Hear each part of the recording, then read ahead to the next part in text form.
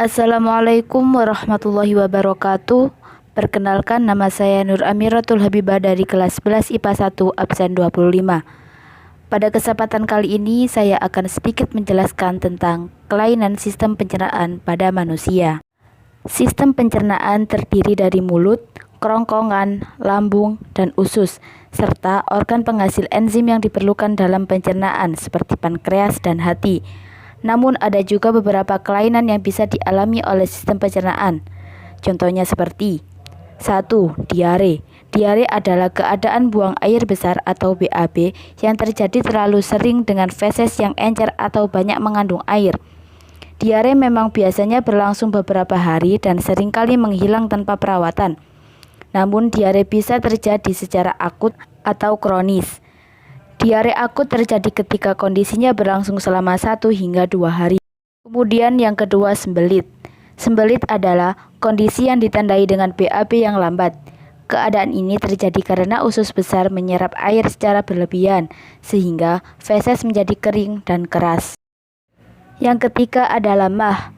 MAH adalah gangguan yang menyerap organ pencernaan, sehingga awam MAH dapat dijelaskan sebagai kondisi berkurangnya lapisan lendir yang melindungi dinding lambung, sehingga asam lambung yang bekerja untuk menghancurkan makanan yang masuk ke dalam tubuh mengenai dinding lambung.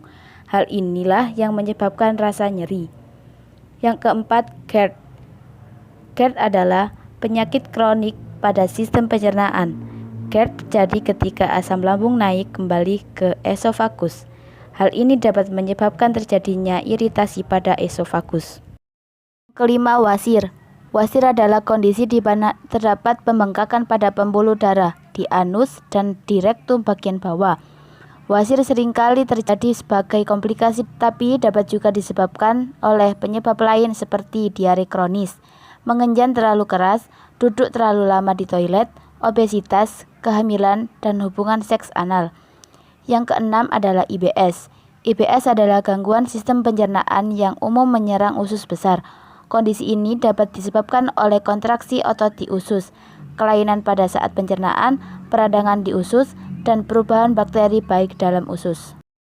Yang ketujuh, esofagitis. Esofagitis adalah peradangan yang dapat merusak jaringan kerongkongan. Gangguan sistem pencernaan ini paling sering disebabkan oleh refluks asam, tapi dapat juga disebabkan faktor lain seperti pengaruh obat, alergi, hingga infeksi bakteri, virus, maupun jamur. Yang kedelapan, dispepsia.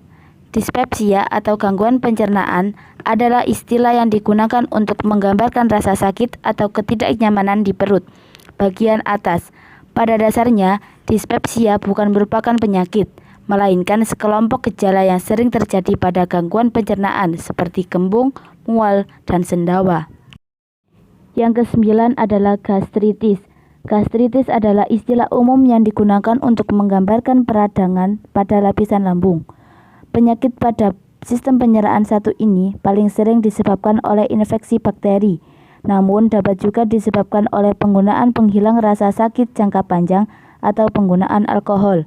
Yang ke-10, tukak lambung. Tukak lambung adalah kondisi di mana terdapat luka yang menyakitkan di bagian lambung.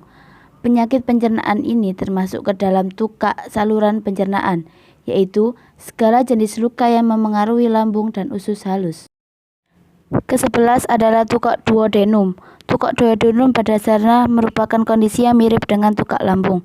Kemudian yang ke-12, kolitis ulceratif. Kolitis ulceratif adalah penyakit radang usus yang menyebabkan peradangan dan luka yang bertahan lama di saluran pencernaan.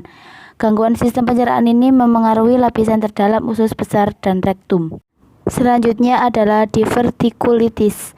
Divertikulitis adalah peradangan atau infeksi pada kantong kecil pada saluran pencernaan yang disebut divertikula. Kemudian yang ke-14, radang usus buntu. Radang usus buntu disebut dengan appendicitis dalam istilah medis. Penyakit Crohn adalah penyakit peradangan pada usus. Masalah pada sistem kekebalan dan faktor keturunan diduga menjadi penyebab gangguan sistem pencernaan ini. Kemudian penyakit keliak. Penyakit keliak merupakan kelainan pada sistem pencernaan di mana seseorang tidak dapat mengonsumsi gluten karena dapat merusak usus kecil mereka. Sekian yang dapat saya sampaikan, kurang lebihnya mohon maaf. Wassalamualaikum warahmatullahi wabarakatuh.